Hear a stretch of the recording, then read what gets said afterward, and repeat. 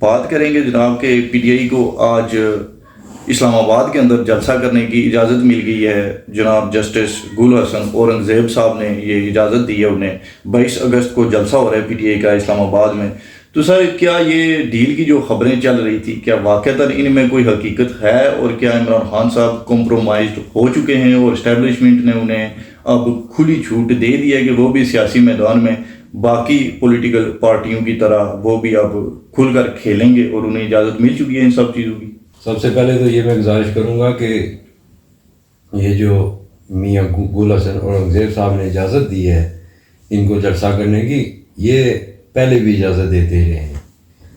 عدلیہ میں اس وقت میں معافی چاہتا ہوں جج صاحبان سے، لیکن میرے خیال میں وہ کچھ خاص کر جو اسلام آباد ہائی کورٹ ہے اس میں یوتھیاز ججز بیٹھے ہوئے ہیں. تو یہ تو اس طرح کے فیصلے پہلے بھی کرتے رہے ہیں. یہ سپریم کورٹ کا فیصلہ آپ دیکھ لیں، ریلیف مانگنے کے لیے وہاں گئے سنی اتحاد کونسل والے، اور ریلیف انہوں نے دے دیا عمران خان کو، پی ٹی آئی کو. یہ تو کوئی تک نہیں بنتی کہ کیس کوئی اور لے کے جائے اور ریلیف کسی اور کو دے دیا جائے. تو اس طرح کی میرے خیال میں تو کوئی ایسی بات نہیں ہے. تو جہاں تک جلسے کی بات ہے تو جلسہ اجازت سے نہیں، جلسہ تو بندوں سے ہوتا ہے. تو میرے خیال میں یہ تو اب جلسہ کرنے کی پوزیشن میں نہیں ہے بالکل بھی. تو اس پہ زیادہ میں اور کیا کمنٹس کروں کہ جو عمران خان کے بارے میں آپ نے کہا ہے کہ وہ تو پہلے ہی سے وہ تیار بیٹھے ہوئے ہیں، لیکن اسٹیبلشمنٹ نہیں مان رہی. یہ تو ممکن ہی نہیں ہے. میں آپ کو ایک بات کلیئرٹی سے بتانا چاہتا ہوں کہ نہ کوئی ڈیل ہوگی، نہ ڈیل ہوگی، نہ سبیل ہوگی. تو آپ یہ کہہ رہے ہیں کہ یہ صرف یہ جو پروپیگنڈا کیا جا رہا ہے پی ٹی آئی کی طرف سے ڈیل والا، تو اس میں کوئی سچائی نہیں ہے، پہلی بات یہ ہے. اور دوسری بات یہ ہے کہ یہ جو لوگ ہیں وہ اکٹھے نہیں ہو پائیں گے اسلام آباد کے اندر، چاہے ان کو اجازت مل بھی جائے اور وہ جلسہ کر بھی لیں تو تب بھی وہ اس طرح سے کراؤڈ جو ہے وہ پل نہیں ہو پائے گا. یہ کہہ رہے ہیں آپ؟ جی بالکل، یہ کراؤڈ پل نہیں ہوگا. ان سے جلسے کی اجازت مل بھی گئی تو ان سے کراؤڈ پل نہیں ہو سکے گا. تو سر اب آگے آپ کیا فیوچر دیکھتے ہیں کہ اگر یہ ڈیل نہیں ہو پائے گی یا اسٹیبلشمنٹ نہیں مان رہی اور عمران خان صاحب جیل کے اندر ہی رہیں گے آنے والے سالوں میں، اور اگر وہ رہتے تو پاکستان کی معیشت کیا سنبھل پائے گی اور ملک میں سیاسی استحکام آ سکتا ہے کسی طریقے سے؟ کیا دیکھتے ہیں آپ؟ سیاسی استحکام تو فی الحال آتا ہوا نظر نہیں آ رہا ہے. تو باقی تو وہ جیل میں ہی رہیں گے جہاں تک میرا خیال ہے، کیونکہ ڈیل ان کو ملنے بہت مشکل ہے. سر اگر ٹرمپ آ جاتے تب بھی وہ جیل میں ہی رہیں گے؟ میرے خیال میں تو جیل میں ہی رہیں گے، کیونکہ ٹرمپ آئے گا تو وہ امریکہ میں آئے گا، پاکستان میں نہیں آئے گا. 9 مئی جو ہے، 9 مئی ان کے گلے پڑا ہوا ہے. 9 مئی جب تک اس سے ان کی خلاصی نہیں ہو جاتی تب تک ان کو کوئی ڈیل نہیں مل سکتی. اس کے بعد 9 مئی کے بعد جو ہے وہ ہو سکتا ہے اس کو جو کیسز کا فیصلہ ہو جائے، یا یہ اپنی غلطی مان لیں اور معافی مانگ لیں، تو اس کے بعد کوئی ان کے لیے کوئی نرمی پیدا ہو جائے تو ہو جائے. ویسے نہیں. باقی جو میرے خیال میں آپ کو یہ بات بتاتا چلوں کہ یہ جو ڈیل کی باتیں ہو رہی ہیں، یہ ڈیل کی باتیں ان کو بھی پتہ ہے کہ ہمیں ڈیل نہیں ملنی. یہ ان کو کلیئر پتہ ہے ڈیل نہیں ملنی. یہ اس لیے کر رہے ہیں اور پھیلا رہے ہیں. وہ جو میرے خیال میں 41 نشستیں ہیں یا 39 ہیں، وہ پتہ نہیں، وہ ان کو پتہ نہیں 39 کو انہوں نے ڈکلیئر کیا ہے، 41 ابھی ہیں. وہ بچانے کے لیے کہ وہ لوگ جو میرے خیال میں نہیں پی ٹی آئی جوائن کریں گے، الگ سے کو بنائیں گے اپنا گروپ، تو ان کو یہ سیو کرنے کے لیے یہ پروپیگنڈا کیا جا رہا ہے کہ وہ سوچیں کہ ہو سکتا ہے کہ ڈیل ہو جائے تو پھر ہم ادھر کے نہیں رہیں گے. تو اس وجہ سے میرے خیال میں ان کو قابو کرنے کے لیے یا ان کو اپنے ساتھ رکھنے کے لیے یہ ڈیل کی باتیں پھیلائی جا رہی ہیں. ویسے تو ڈیل کا کوئی امکان نظر نہیں آتا ہے مجھے. تو ان کو تو مجھ سے زیادہ پتہ ہے، لیکن ایسی کوئی بات نظر نہیں آ رہی. اور پاکستانی معیشت کو آپ کیسے دیکھ رہے ہیں پھر؟ اگر امریکہ کے ساتھ ہمارے تعلقات ایسے ہی چلتے رہتے ہیں جیسے فی الوقت چل رہے ہیں، تو کیا ہماری معیشت سنبھل پائے گی یا ہم IMF کے بغیر گزارا کر سکتے ہیں آنے والے سالوں میں؟ سر فی الحال تو مشکل ہے، لیکن آنے والے سالوں میں ہو سکتا ہے. یہ تو ڈپینڈ کرتا ہے موجودہ گورنمنٹ پہ کہ وہ کس طرح اس معاملے کو ہینڈل کرتی ہے. معیشت تو زبو والی کا شکار ہے، اور اس کو میرے خیال میں تو یہ کسی کے امریکہ ہو یا IMF ہو، کوئی بھی ہو، معیشت نہیں سنبھلے گی. معیشت اسی وقت سنبھلے گی جب ہم پاکستان کے عوام خود کفالت کی طرف نہیں جائیں گے جب تک ہم اپنے طور پر خود کفیل نہیں ہوں گے. یہ معیشت نہیں سمجھنے والی ہے. تو میرے خیال میں تو آپ کی کیا رائے سر, ہم کس طرح سے خود کفیل ہو سکتے ہیں؟ کون سے ایسے ریفارمز ہیں جو ہمیں اپنی نجی زندگیوں میں کون سی اصلاحات لانے کی ضرورت ہے کہ تاکہ ہم معاشی طور پر خود کفیل ہو جائیں, ایز اے نیشن بھی ہم اس مقام تک پہنچ پائیں؟ آپ کی کیا اس پہ ایڈوائز ہے یا کیا؟ میرے خیال میں تو پہلا سٹیپ, اس میں بہت سارے سٹیپ ہیں لیکن پہلا جو بنیادی اور بڑا سٹیپ ہے وہ ہمیں ایگریکلچر میں ریفارمز لانے ہوں گے اور عوام کو بھی ایگریکلچر میں جو ہے اپنے آپ کو خود کفیل کرنا ہوگا. تو اس کے بعد باقی سٹیپ آہستہ آہستہ ہوتے جائیں گے. تو معیشت کی بہتری کا یہی ہے کہ جب تک ہم خود اپنے آپ کو خود کفیل نہیں کریں گے تو میرے خیال میں مشکل ہے. اسی طرح ملک ڈیفالٹ نہیں ہوگا لیکن اسی طرح ڈگمگاتی رہے گی پاکستان کی جو معیشت ہے. ریفارمز بھی تو سر تب آ سکتی ہیں نا کہ جس وقت ہمیں ملک میں امن اور استحکام میسر ہو. جب ہمارے بلوچ بھائی وہاں پر دھرنے دے کر بیٹھے ہوں گے, وہ گوادر پورٹ کو بھی چلنے نہیں دیں گے. جب ہمارے سندھ والے بھی کوئی سندھ دیش بنا رہے ہوں گے. پنجاب کے حالات چلیں فی الوقت صحیح پر کب تک رہیں گے کوئی پتہ نہیں, ان کا بھی وہ بھی جنوبی پنجاب کا بھی صوبہ بنا رہے ہوتے ہیں. ہمارے آزاد کشمیر کو آپ دیکھ لیں تو جناب ہر 3 مہینے بعد ہم یہاں سے نکلے ہوتے ہیں جی کہ ہمیں آزادی چاہیے. تو سر پہلی تو بات یہ ہے کہ کشمیری اگر بات کی جائے, میں تو یہ کہتا ہوں کہ یہ آزاد اگر بالفرض ہو بھی جائیں گے پاکستان سے آزاد کشمیر کے لوگ, تو ہم سروائیو ہی نہیں کر سکتے سر کہ ہماری ایک طرف چائنا کی فوج ہے, دوسری طرف بھارتی فوج ہے. تو کیا وہ ہمیں اس طرح سے ایک آزاد ریاست کے طور پر وہ تسلیم کریں گے یا ہمیں رہنے دیں گے؟ مجھے تو نہیں لگتا. اور دوسری بات یہ ہے کہ جب حالات اگر اسی طرح سے ہی چلتے رہتے ہیں جیسے اس وقت چل رہے ہیں, تو سر یہ ایگریکلچر میں ہم کس طرح سے آگے جا سکتے ہیں جب تک امن اور استحکام ہی نہ آئے؟ میری رائے تو یہ ہے, اس پر آپ کیا کہتے ہیں؟ آپ کی رائے کا احترام کرتے ہوئے میں جسارت کروں گا یہ گزارش کرنے کی. ایک تو کشمیر کا جو آپ نے ایشو اٹھایا ہے, جو کشمیر یہ کشمیر نہیں ہے, یہ تو ایک چھوٹا سا حصہ ہے. بالکل جو کشمیر ہے اصل میں وہ تو انڈیا کے قبضے میں ہے. جی, جب تک وہ انڈیا کے قبضے سے آزاد نہ ہو اس کے بغیر تو ہم ایک آزاد ریاست کا تصور نہیں کر سکتے. آزاد ریاست بنانی چاہیے ہمیں, میں اس حق میں ہوں. لیکن صرف یہ جو چھوٹا سا ٹکڑا ہے جس کو ہم آزاد کشمیر کہتے ہیں, یہ آزاد ریاست نہیں بن سکتی. اس کے لیے دونوں ٹکڑوں کو ملانا پڑے گا اور اس کے بعد ہمیں آزاد ریاست ملنی چاہیے. اسی پر تھوڑی تفصیل سے بات کریں سر. یہ جو ہمارے لوگ باہر نکلتے ہیں, کیا یہ وہاں کے کشمیر کو آزاد کروا لیں گے آپ کے خیال سے؟ یہ 2-4 ہزار بندے جو نکل رہے ہوتے ہیں, کبھی کوئی پتہ نہیں کون سی کمیٹی انہوں نے دی ہوتی ہے. بیسکلی یہ لوگ تو JKLF کے ہیں نا. اب ان کو فنڈ جو بھی کر رہا ہے, اسٹیبلشمنٹ تو الزام لگاتی ہے جی کہ ان کو بذریعہ PTI را فنڈنگ کر رہی ہے. اور میں نے خود بھی دیکھا ہے کہ جو انڈیا کی اسٹیبلشمنٹ کے ایکس اکاؤنٹس ہیں نا, وہ ہمارے حالات کو جناب وہاں پر پوسٹ کر رہے ہوتے ہیں اور وہ ساتھ میں لکھ رہے ہوتے ہیں کہ ہمارا مشن اب 3rd فیز میں انٹر ہو گیا, اور اس طرح کی باتیں وہ سر عام کر رہے ہوتے ہیں. تو کیا آپ کو لگتا ہے سر کہ یہ واقعتاً وہی حالات ہیں اور انڈیا کا انفلوئنس ہے یہاں پر, اور ہمارے لوگ نادانی میں اپنی ریاست کو نقصان پہنچا رہے ہیں, یا یہ ان کے یہاں پر کوئی احتجاج کرنے سے یا اس طرح کی اسٹرگل کو ابھارنے سے وہاں کے کشمیر کے حالات پر بھی کوئی اس کا اثر پڑے گا اور ریاست کشمیر بن سکتی ہے کبھی مستقبل میں دونوں حصوں کو جوڑ کر؟ جو احتجاج کی بات ہو رہی ہے آپ نے کی ہے, میرے خیال میں بیسک اس احتجاج کا مقصد مہنگائی میں کمی لانا. اس حوالے سے تو میں بالکل اس کے ساتھ ہوں. لیکن اس کے ساتھ ہی اس کی آڑ میں, اس احتجاج کی آڑ میں جو علیحدگی کی تحریک شروع ہو جاتی ہے یا باتیں شروع ہو جاتی ہیں, اس کے میں مخالف ہوں. لیکن یہ المیہ ہے ہمارا کہ جب کوئی بندہ صحیح بات کرے نا تو اس کے ناقد بڑے کھڑے ہو جاتے ہیں, اس پہ تنقید شروع ہو جاتی ہے. حالانکہ ایسا نہیں ہونا چاہیے. کشمیر یہ جو آزاد کشمیر ہے میرے خیال میں تو اس سے بہت بڑا حصہ ادھر ہے, اور جو آزادی کی تحریک جو فی الحال بالکل ختم ہو چکی ہے, بالکل, تو اس کو زندہ ہم نے کرنا تھا. لیکن ہم نے وہ تو زندہ نہیں کر سکے. اس تحریک کے لیے تو ہمارا میرے خیال میں کچھ بھی نہیں ہے ہمارے کھاتے میں کہ ہم نے اس کے لیے کچھ کیا.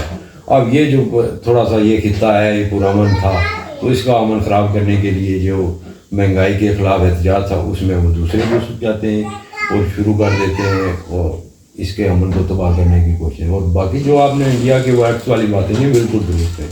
میرے خیال میں تو یہ مہنگائی کے علاوہ باقی جو جتنا بھی ایجنڈا ہے یہ تو انڈیا کا ہی لگتا ہے, اور انہی کا ہو سکتا ہے کیونکہ اس میں مفاد انہی کا ہے. جی, مہنگائی کی جہاں تک بات ہے سر, اگر ہم اسی طرح سے ملک کے مختلف خطوں سے اٹھتے رہیں گے مہنگائی کے خلاف, اب جیسے ہم بات کر رہے تھے معیشت کی, تو ہمارے ملک کی معیشت سر کس طرح سے پھر صحیح ہو پائے گی, یا ہم IMF کے قرضوں سے کیسے نکل پائیں گے, کہ جو اصلاحات کی جن ریفارمز کی ہمیں ضرورت پڑ رہی ہے, تو ہمارا ایک خطہ اٹھ کر تو وہ کہہ دیجیے کہ نہیں ہمیں تو 3 روپے یونٹ چاہیے, اور پھر ان کو دینی بھی پڑ جائے حکومت کو, چاہے وہ مجبور ہو جائے, بات ہے مجبور ہو کر اس نے یہ ریلیف دیا, کوشش سے تو نہیں کیا. جی, تو اگر سر اس طرح کے جب حالات ہوں گے تو پھر ہماری معیشت کس طرح سے صحیح ہوگی, یا ہم IMF کے قرضوں کے نیچے سے کس طرح سے باہر نکل سکتے ہیں؟ یہی بات تو بالکل آپ نے درست بات کی ہے. یہی تو ہے, سب سے پہلے تو اس ملک میں امن و استحکام آنا چاہیے.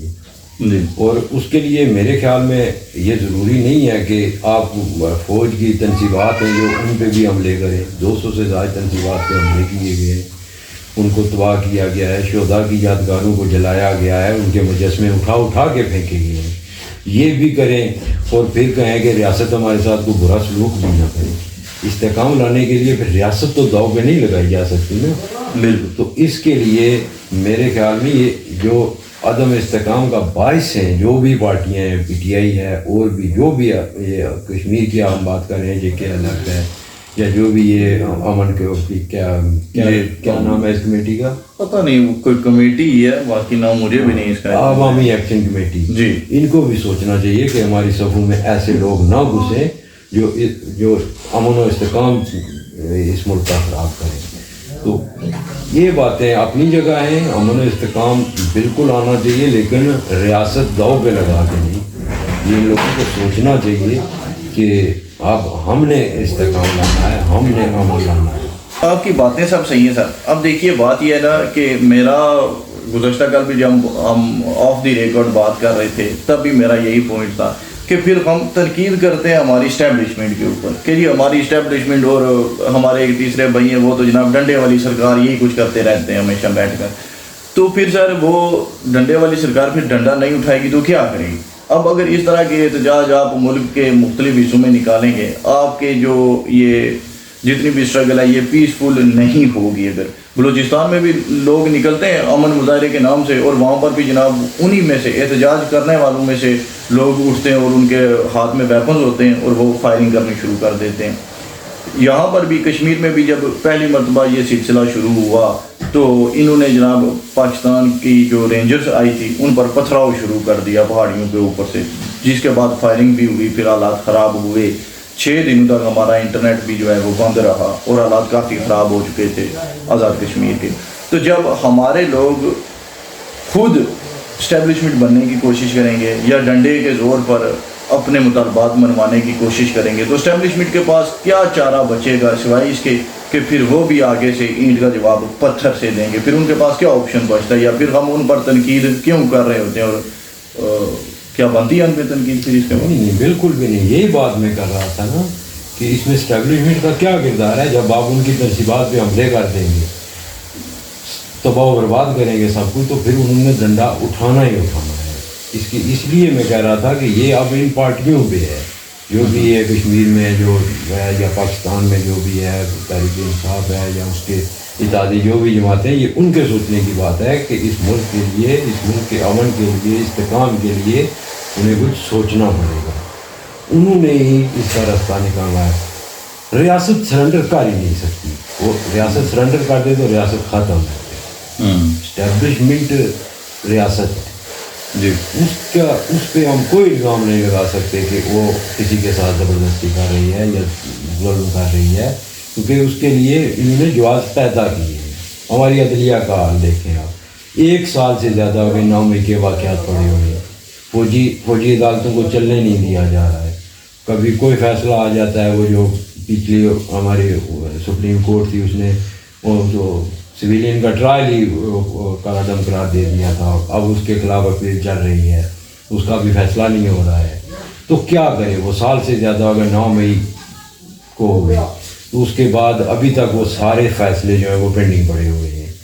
کوئی فیصلہ کرے جنہوں نے وہ زیادتیاں کی ہیں یار، وہ شہداء ہمارے تھے، ہمارے لیے انہوں نے اپنی جانیں قربان کی ہیں.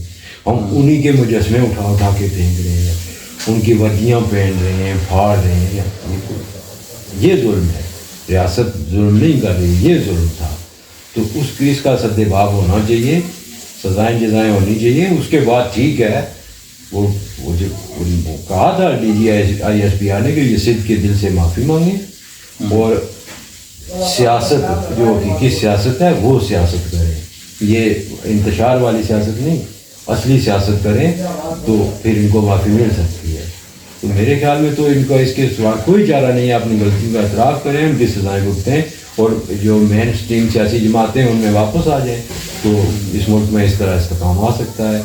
وہ معاشی ہو یا دہشت گردی سے اس کا تعلق ہو، جو بھی ہو، اس طرح ملک میں امن آ سکتا ہے. یہ میں سوشل میڈیا پہ دیکھ رہا تھا کہ کسی نے لگائی ہوئی تھی واٹس ایپ پہ، وہ اسٹیٹس لگاتے ہیں وہ جو مارنگ بلوچ ادھر بیٹھی ہوئی ہے، اس کی کافی ساری تصویریں تھیں جو ساری یہودیوں کے ساتھ، بڑے بڑے یہودیوں کے ساتھ اس نے لگائی تھی کہ اس کے مارنگ کے زنگ میں پڑھنے سے پہلے یہ دیکھ لینا.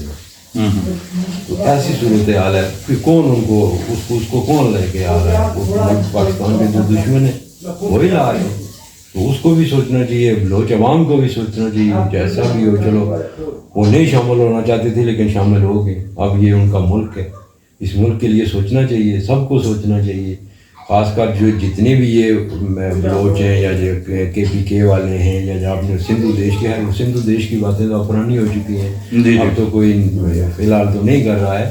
لیکن ان کو سوچنا چاہیے کہ یہ ملک ہے اور اس ملک کی خاطر سب نے مل کر چلنا ہے اور اصولوں پہ چلنا ہے. یہ نہیں کہ نام وہی بھی کر دیں اور پھر کہیں کے ساتھ بھی چلیں گے، ایسا نہیں ہو سکتا ہے. تو ان کو میرے خیال میں آ جائے گا استحکام، پاکستان میں استحکام آئے گا، معاشی استحکام بھی آئے گا، امن بھی آئے گا، لیکن اس کے لیے تھوڑا وقت لگے گا. تو میری تو دعا ہے کہ پاکستان ان حالات سے جلدی نکل جائے. جی سر، میں جہاں تک آپ کی بات سمجھ میں آپ کی دو باتیں تو بالکل درست ہیں. پہلی تو یہ کہ یہ جو تحریکیں چل رہی ہیں جتنی بھی، ان کے پیچھے فورن فنڈنگ ہے. دوسری یہ بات ہے کہ اتنی جلدی سر ہمارے اسکول کے بچے کو اسکول سے چھٹی نہیں ملتی جتنی جلدی ہماری عدالتیں ضمانت قبل از گرفتاری دے رہی ہوتی ہیں. اور سنگین جو جرائم ہیں ان میں جو ملوث لوگ ہیں یا ان پہ الزام کم سے کم ہے، جو کہ بہت ہی سنگین قسم کے جو جرائم ہیں ان کے الزام میں جو لوگ ہیں ان کو اس طرح سے ضمانتیں جو ملتی ہیں، پوری ضمانتیں بالکل نہیں ملنی چاہیے. صحیح بات ہے آپ کی. تھوڑی بات سر ہمسائے ملک انڈیا کی بھی کر لیتے ہیں. وہاں پر پچھلے 10 سالوں سے وہاں پر ایک فاشسٹ رجیم گورنمنٹ کر رہی ہے. سب کو پتہ ہے بی جے پی کے پیچھے آر ایس ایس ہے اور آر ایس ایس جو ہے وہ کٹر ہندوتوا جماعت ہے. ان کے نزدیک تو ایک اکھنڈ بھارت ہے جس میں بہت سارے ممالک آ جاتے ہیں آگے پیچھے سے بھی، اور ان کا یہ ماننا ہے کہ یہ جناب پاک بھگوانوں کی دھرتی ہے اور وہاں پر بھگوانوں کو ماننے والوں کے علاوہ جتنے بھی رہ رہے ہیں لوگ وہ تو بالکل وہ انسانوں کی کیٹیگری میں بھی نہیں آتے ہیں. جس طرح سے ہم جانوروں کو ٹریٹ کرتے ہیں ان کے ریلیجن میں ہی اس طرح کی باتیں، ہم تو سارے شودر سے بھی کوئی نیچے والی کیٹیگری میں جاتے ہیں. اب وہاں پر پچھلے 10 سالوں میں جو کچھ مسلمانوں کے ساتھ ہوا یا ابھی تک ہو رہا ہے، مسجدیں انہوں نے شہید کی ہیں جس کا تو حساب ہی کوئی نہیں. مختلف شہروں میں بے شمار مساجد انہوں نے مسمار کر دی ہوئی ہیں. لیکن مسلمانوں کے اماموں کو بھی وہاں پر تشدد کا نشانہ بنایا جاتا رہا. بہت سارے امام جو ہیں وہ شہید بھی ہوئے. وہ سب تو پہلے سے بھی چل رہا تھا. اب انہوں نے سر جو نیا کام شروع کیا ہے کہ مسلمان کو معاشی طور پر انہوں نے کرش کرنے کی ٹھان لی ہے اور وہاں کی گورنمنٹ نے یہ ایک قانون بنا دیا ہے جی کہ جو مسلمان لوگ ہیں، کیا ہندو ہیں کیا مسلمان ہیں، کوئی بھی جو ایک دکاندار ہے، کوئی بھی شاپ کیپر جو ہے، وہ اپنی دکان کے باہر اپنا ذاتی نام لکھے گا. اب ظاہر سی بات ہے وہاں پر مائنورٹی جو ہے وہ مسلمان ہے. میجورٹی کو تو فرق کبھی پڑتا ہی نہیں نا، مائنورٹی ہمیشہ ڈیمیج ہوتی ہے. اب جب مسلمان اپنی دکان کے باہر لکھے گا اپنا نام تو وہ پھر ہندوؤں کے لیے ایک پیغام ہے اور وہ اس کے لیے گراؤنڈ پر ورک بھی کریں گے. ان کی دکانوں سے بھی کوئی چیز نہیں لینی ہے. تو اگر وہ ایک معاشی بائی کاٹ کر رہے ہیں وہ مسلمانوں کا، تو وہاں پر سارے مسلمان کیا سروائیو کر پائیں گے، یا کیا پھر وہ ہمارے لیے اب یہ بات بہت ہی واضح نہیں ہو جاتی کہ قائد اعظم کا نظریہ ٹھیک تھا، دو قومی نظریہ بالکل کریکٹ تھا، اور ہماری اسٹیبلشمنٹ سے ہمیں چاہے کتنے بھی شکوے اور گلے ہوں ہم پھر بھی ایک آزادانہ زندگی گزار رہے ہیں، اور اگر یہ ہمارے اوپر موجودہ سسٹم نہ ہو تو کوئی اس طرح کا سسٹم ہم پر بھی مسلط ہوا ہوتا اور ہم بھی ویسی زندگی گزار رہے ہوتے. کیا کہتے ہیں آپ اس؟ سب سے پہلے تو آپ نے یہ جو ایشو ہے، یہ ٹاپک ہے، اس پہ آپ نے مفصل اور تفصیل بیان کر دی ہے. مجھے مزید اس پہ ضرورت نہیں ہے بولنے کی. جو کچھ بھی وہاں کے حالات ہیں، بھارت تو اقلیتوں کے لیے ہے ہی، میں لفظ استعمال کروں گا، وہ دوزخ ہے. کیا مسلمان ہوں، سکھ ہوں، یا انہی کے جو نچلے درجے کے ہندو ہیں، ان کے لیے بھی وہ ملک جو ہے بہت برا ملک ہے. مجھے دکھ اور افسوس اس بات پہ ہوتا ہے علی بھائی، آپ نے مفصل بیان کیا ہے، سارا کچھ بیان کیا، لوگ سنیں گے ان ساری باتوں کو. میں اس آزاد خطے کی بات کرتا ہوں. اس آزاد خطے میں کچھ لوگ ایسے بھی میرے مشاہدے میں آئے ہیں جن کے ساتھ میری بات چیت ہوئی ہے، اور کبھی کبھار یہ کہتے ہیں کہ ہمیں پاکستان سے انڈیا بہتر ہے، ہم اس کے ساتھ چلے جائیں گے، وہ بہتر ہے. کیا یہ جو ان کا احتجاج ہوا تھا تو پولیس نے کہیں روکا، وہی ان کا کام ہے. احتجاجوں کو روکنا، ملک احتجاجوں سے تو نہیں چلتے ہیں نا، ان احتجاج کو تو ریاست روکتی ہے، ان کا کام ہے. انہوں نے جو کچھ اس کو روکنے کے لیے کچھ کوششیں کی یا جو بھی طریقہ اپنایا، اس کے یہ برداشت نہیں ہوا. یہ نہ برداشت کرتے ہوئے یہ لوگ کہتے ہیں کہ ہم انڈیا کے ساتھ چلے جائیں گے، وہ ہمارے لیے بہتر ہے. جبکہ یہ بھول چکے ہیں کہ یہاں 21-22 میرے خیال میں 24 لوگ ایک اذان پڑھتے ہوئے شہید کیے گئے ہیں. جی بالکل. ایک اذان پڑھتے ہوئے اس انڈیا کے ساتھ جانے کی باتیں کرتے ہیں. دکھ اور افسوس اس بات کا ہوتا ہے کہ کیسے لوگ ہیں. ہمیں آزادی بہت بڑی چیز ہے، جیسا بھی ہے، جو کچھ بھی ہے، لیکن ہم آزاد ہیں، آزاد زندگی گزار رہے ہیں. ہمیں مذہبی آزادی ہے، معاشی آزادی ہے، ہر طرح کی آزادی ہے. ہمیں کوئی ایسا حقوق جو کہ ریاست پاکستان کا باشندہ جس کو حاصل ہے، وہ کسی کشمیری کو حاصل نہ ہو تو مجھے بتایا جائے کہ یہ حقوق ان کو ہمیں نہیں حاصل، ان کو حاصل ہے. ہمیں کچھ زیادہ ہی ہوں گے، ہاں بالکل زیادہ ہوں گے. اور اس کی واضح مثال یہ ہے کہ کشمیر متنازع ہے، کوئی پاکستانی کشمیر میں زمین نہیں خرید سکتا، جبکہ کشمیری پاکستان میں جہاں چاہے خرید سکتا ہے. ہمیں زیادہ حقوق حاصل ہیں ان سے. تو پھر بھی اگر ہم ناراض ہوں یا اس طرح کی باتیں کریں تو سمجھ سے باہر ہے. میں ان لوگوں کو میں بھی کشمیری ہوں، سارے کشمیری ہیں، سارے بھائی ہیں. میں ان کو ایک ایڈوائز کرتا ہوں کہ بھائی میں بھی ساتھ ہوں گا، آپ بھی ہوں گے.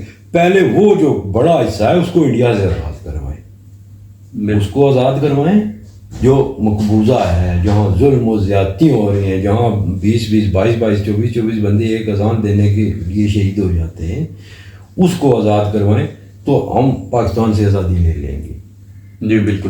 بات تو یہ بھی ہے سر کہ انڈیا نے اس کشمیر پر 11 لاکھ فوج مسلط کر رکھی ہے، ہمارے پورے پاکستان کی کوئی 6 لاکھ ہوگی. اب 7 لاکھ ہے یہاں اسی طرح. بالکل یہی بات ہے. جی. پھر دوسری بات یہ بھی ہے کہ وہاں پر جتنی ہماری بہن بیٹیوں کی عصمتیں جو انہوں نے پامال کی ہیں اس کا بھی کوئی حساب ہی نہیں ہے. جتنے ہمارے نوجوان انہوں نے شہید کیے ہیں وہ بھی ایک بہت لمبی لسٹ ہے. میں نے اپنی جتنی اس مختصر سی زندگی میں تاریخ کا مطالعہ کیا ہے، میں نے کبھی نہیں سنا سر کہ چاہے کوئی پاکستان سے آزادی مانگ رہا تھا یا کوئی موجودہ الیکشنز میں حصہ نہیں لیتا، کوئی آزاد ریاست کا قائل ہے تو اس کو کسی فوجی نے پکڑ لیا ہو، کسی پر تشدد بھی کیا ہو. کسی کی جان لینا تو بڑی دور کی بات ہے، کسی بہن بیٹی کی عزت کو پامال کرنا بہت اگلے درجے کی بات ہے. میں نے آج تک کبھی یہ نہیں دیکھا، سنا یا پڑھا کہ ہماری کسی عورت کو کسی فوجی نے گور کر بھی دیکھا بھی ہو. پاکستانی فوجی کی میں بات کر رہا ہوں. تو یہ بات ہے سر، جہاں تک میں سمجھتا ہوں کہ ہمارے لوگوں کو اتنا شعور ہی نہیں ہے. ہمارا نوجوان جو ہے وہ بیٹھتا ہے ٹک ٹاک کے اوپر اور وہ دیکھتا ہے وہاں پر ٹرینڈز کیا چل رہے ہیں، انہی کو فالو کرنا شروع کر دیتا ہے. ہم بھارت کے حالات کو نہیں دیکھتے ہیں، ہم باقی دنیا کو بھی نہیں دیکھتے ہیں کہ مسلمان یا خاص کر کے پاکستانی اگر یہ دیکھنا شروع کر دیں کہ کسی بھی کنٹری میں میجورٹی جو بھی ہو، جو ہمیں بہت اچھے ممالک لگتے ہیں نا، مغربی ممالک بھی، انگلینڈ کی آپ مثال لے لیجئے، وہاں پر بھی سر یہ قوانین ہے کہ اگر کسی پاکستانی کا بچہ جو وہاں پر پیدا ہوا ہے، وہاں پر پلا بڑا ہے، جس کو یہاں کی زبان تک نہیں آتی ہے، وہ اسی معاشرے کا ہے، لیکن اگر وہ کوئی سنگین جرم کر دیتا ہے تو انہیں وہ حق حاصل ہے کہ وہ اس کی نیشنلٹی ختم کر دیں گے اور اس کو ڈیپورٹ کر دیں گے پاکستان واپس، حالانکہ وہ پیدا بھی وہاں ہوا ہے۔ تو ہماری ریاست نے ہمارے اوپر کتنے احسان کر رکھے ہیں، ہمیں وہ کبھی بھی نہیں بتائے جاتے، اور میرے خیال سے ان چیزوں کو اجاگر کرنے کی بہت ہی اشد ضرورت ہے، خاص کر کے اس وقت کہ جب لوگ اپنی ریاست سے بیزار ہو چکے ہیں۔ مجھے تو یہ لگتا ہے کہ جس طرح سے ایران کے لوگ تھے سر، وہ وہاں پر جب ان کے وہ شاہ کی حکومت تھی نا، وہ لبرل بندہ تھا، بادشاہت تھی، وہ بڑے تنگ تھے جی اس سے۔ انہوں نے کہا جی ہمیں مذہبی طور پر جو ہے وہ قوانین نافذ کرنے چاہیے یہاں پر، اور یہ جو ہے یہ تو لبرل لوگ ہیں، بڑی انہوں نے آزادیاں دی ہوئی ہیں، عورتیں کوئی اسی طرح سے کھلے لباس پہنتی ہیں، اپنی مرضی سے آتی جاتی ہیں، یہ سب نہیں ہونا چاہیے جی، دین نافذ ہونا چاہیے یہاں پر۔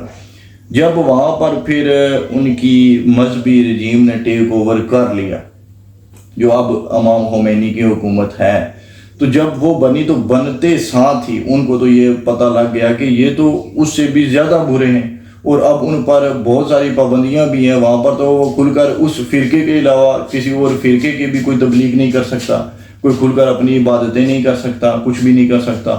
تو وہ بات ہے، مجھے تو یہ لگتا ہے سر کہ ہماری عوام بھی کوئی اسی نہج پر پہنچ چکی ہے، اور اگر خدا نخواستہ کوئی یہاں پر واقعتاً کوئی اسٹیبلشمنٹ چینج ہوتی ہے تو شاید ہم اس وقت کو یاد کر کے روئیں گے، جیسے آج ایران والے رو رہے ہیں، یا آپ لیبیا کے حالات اگر دیکھیں، وہ بھی آج قذافی کے نام کو، اگر ان کے سامنے قذافی کا نام لے لیا جائے تو وہ اپنے بال تک کھینچنا شروع کر دیتے ہیں۔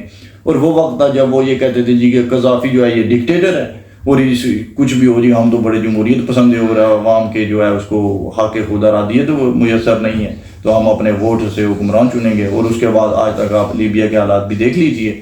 تو میں تو اسی پر ہی اپنی بات ختم کروں گا کہ ہمیں انہی چیزوں کو اجاگر کرنے کی ضرورت ہے۔ آپ بھی اپنے فائنل ریمارکس جو ہیں وہ دے دیجئے، پھر اس کو کلوز کرتے ہیں۔ ہاں بالکل درست بات ہے، یہ میں بھی یہی چاہتا ہوں کہ ہم اگر کو اگلی نشست اس پہ رکھیں جو خالصتاً یہی ہو کہ دیکھیں بھائی انڈیا میں 11 لاکھ فوج ہے، وہ ان پہ ظلم کرنے کے لیے ہے، انہوں نے چھوڑی ہوئی ہے۔ وہ ہمارے اس خطے میں امن و امان کو قائم رکھنے کے لیے ایف سی کے جو ہے چند دستے اور رینجرز کے بھیجے گئے، تو آپ نے دیکھا ہوگا کہ کتنا شور ادھر مچا، بالکل ایسا ہی ہے، کتنا شور مچا۔ ہمارے اپنی NFC اور رینجر وہ آئے تو کتنا شور مچا۔ بالکل آپ کی یہ شور پہلے تھا، اب یہ ٹک ٹاک نے ختم کیا ہے یہ ٹرینڈ۔ وہی ٹک ٹاک پہ دیکھتے ہیں ہمارے نوجوان جو ہیں تو انہی کو لے کے آگے چلتے ہیں، ان کو یہ نہیں پتا کہ یہ FC کے چند دستے اور رینجر داخل ہوئے تو کیا ہوا، اور وہ جب 11 لاکھ فوج داخل ہوگی تو کیا ہوگا جی، اور اس کا مذہب بھی آپ سے الگ ہوگا۔ ہاں مذہب بھی الگ ہے، وہ بھی ایک مذہب کے لحاظ سے بھی ایک میرے خیال میں تو وہ ایک گھٹیا ترین مذہب ہے جی بالکل، جس میں وہ کسی کو مانتے ہی نہیں ہیں بالکل بھی۔ وہ اب اتنا وہ ہندوستان کی تاریخ پڑھی ہوئی ہے کہ ان سے برہمن جو ہے، برہمن سے نچلے درجے کا ہندو بھی ہے، اس کی زندگی بھی وہ اجیرن کر دیتے ہیں۔ بالکل، شودر کا کوئی وہاں پر جو ہے وہ مسلمان سکھ یا باقی تو دور کی بات ہے، جو عیسائی ہیں یا جو ہوتی ہیں، تو ہندو بھی وہاں محفوظ نہیں ہے جو نچلے درجے کے ہیں۔ تو اس بھارت کی اگر 11 لاکھ فوج ادھر داخل ہوگی تو پھر لگ بتا جائے گا سب کو۔ تو میرے خیال میں ایک نشست اس پہ کر لیتے ہیں اگلے آنے والے دنوں میں، یہ جو کشمیر کا مسئلہ ہے انہوں نے جو ادھر بنایا ہوا ہے اس میں۔